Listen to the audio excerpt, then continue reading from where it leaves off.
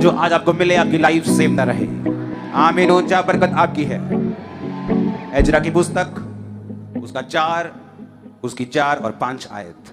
हमारा church, online church Punjab की और ओवर सभी चर्चेस मैं आपका स्वागत करता हूं खुदाबंद की प्रेजेंस में। इस डिलीवरेंस वीक में मेरा बिलीव है कि ये छुटकारे के हफ्ते आपको छुटकारे के साथ, टेस्टिमनी के साथ वापस लेके आएंगे। और मेरा बिलीव है आप और आपका परिवार दोनों इस गवाही के हिस्सेदार होंगे। मेरा बिलीव है फाइनेंस में आप एक नई ऊंचाई को छुएंगे। मेरा बिलीव है जो बंधन सालों से हैं परमेश्वर से तोड़ेंगे इन्हीं हफ्तों में। मेरा बिलीव है आप उस बंधन को, उस डिले को, उस कर्ज को ब्रेक करके वापस आएंगे अपनी गवाही को देने के लिए। खुदाबंद का मसा हमारे बीच में मौजूद है। एजरा 4 उसकी 4 और 5 आयत को मैं पढ़ूंगा। पीछे आवाज आ रही है सबको? पीछे हाथ हिलाओ अगर आवाज आ रही है तो। लास्ट तक आ रही है? पूरी आवाज आ रही है? तब उस देश के लोग यहूदियों को निराश करने और उन्हें डराकर मंदिर बनाने में रुकावट डालने लगे। फारस के राजा कुसरू के जीवन भर, वरन फारस के राजा दारा के राज्य के समय तक उनके मनोरथ को निष्फल करने के लिए वकीलों को रुपया देते रहे। तब परमेश्वर के भवन का जो यरूशलेम में है काम रुका और फारस का राजा दारा के राज्य के दूसरे वर्ष तक रुका रहा। एजरा 6 उसकी 14 और 15 आयत। तब यहूदी पुरनिये हागे नबी और इद्दो के पोते जकरिया के नबूवत करने से वो परमेश्वर के घर को बनाते रहे और सफल भी हुए। उन्होंने इजराइल के परमेश्वर की आज्ञा के अनुसार और फारस के राजा कुसरू, दारा और अत्र क्षत्र की आज्ञाओं के अनुसार बनाते बनाते उसे पूरा कर दिया।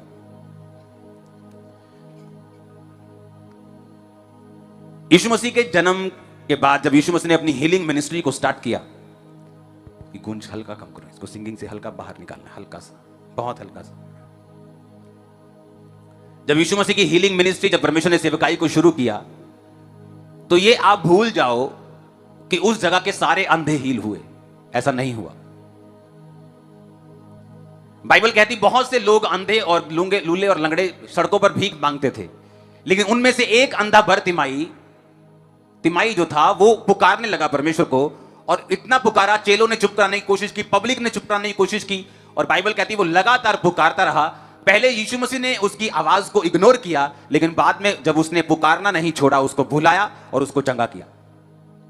लेकिन हर एक बीमार चंगा नहीं हुआ। इसका मतलब यह नहीं कि परमेश्वर की इच्छा नहीं है हर एक बीमार को चंगा करने की, पर बाइबल ऐसा कहती है कि परमेश्वर का वचन इंडिविजुअल है। वो आपको व्यक्तिगत रूप के ऊपर स्वीकार करना पड़ता है ताकि आपकी लाइफ में परमेश्वर व्यक्तिगत रूप में काम करें।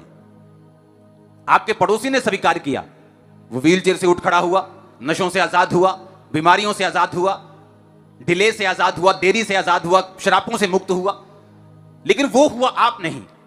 आप कैसे होंगे? बाइबल कहती अगर तू विश्वास करेगा तो मेरी महिमा को देखेगा। अब जब हर एक व्यक्ति चंगा नहीं हुआ, वही व्यक्ति चंगे हुए जिन्होंने यीशु मसीह की उस पावर के ऊपर विश्वास किया, जिन्होंने यीशु मसीह को व्यक्तिगत रूप से पुकारा, जिन्होंने कहा है यीशु नासरी दाऊद की संतान है, प्रभु मुझ पे दया कर, मुझे चंगा कर, मुझे विश्वास है तो मुझे चंगा कर सकता है। वही लोगों को परमेश्वर ने चंगा किया। बाइबल में यहां तक भी लिखा हुआ है कि प्रभु यीशु मसीह कुछ जगह के ऊपर बड़े काम नहीं कर पाए क्योंकि लोगों के अंदर वो विश्वास नहीं था। उन्हें लगता था ये तो हमारे बीच में पला और बड़ा है, क्या इसकी बहनें हमारे बीच में नहीं रहती, क्या इसके भाई हमारे बीच में नहीं रहते? बाइबल कहती है उसके अपने नगर ने ठोकर खाई और प्रभु यीशु मसीह ने उस नगर में सिर्फ कुछ बीमारों पर हाथ रख के उनको चंगा किया, बल्कि बड़े सामर्थ्य के काम उस नगर में नहीं किए। इसका मतलब यह है वो नगर छुटकारे को नहीं प्राप्त कर पाया।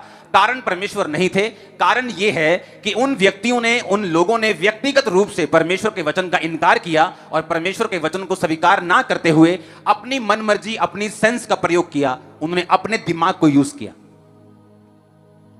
अब यही हाल आज की कलीसिया में है।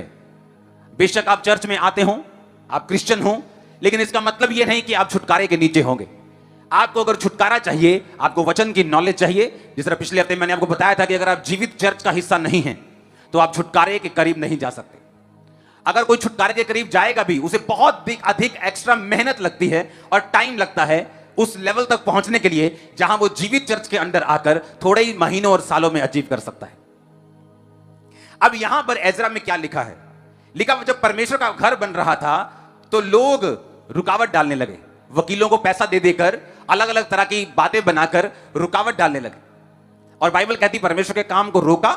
और उसके बाद 2 नबी आए और उन नबियों ने हागे और इद्दो के पोते जकरिया और इद्दो, हागे नबी ने नबूवत की।